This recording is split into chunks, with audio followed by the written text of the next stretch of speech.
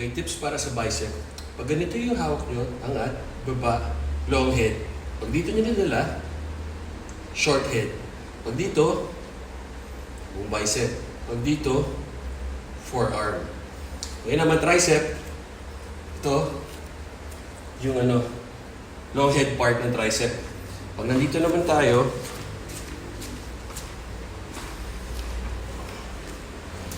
ito yung short head part ng tricep. Pag ganito naman tayo, buong tricep. If you don't know, now you know. Siyempre, bigatan niyo yung weights in proper form. Pag may effort, aggressive, control aggression. Dahan-dahan. 1, 2, yan. 1, 2, ganun. Kaya na mga kalaman ng weight nyo, tsaka ng reps. Basta huwag kayo bababa ng 6 reps na proper form. Yun lang. Di nyo kailangan ng spotter.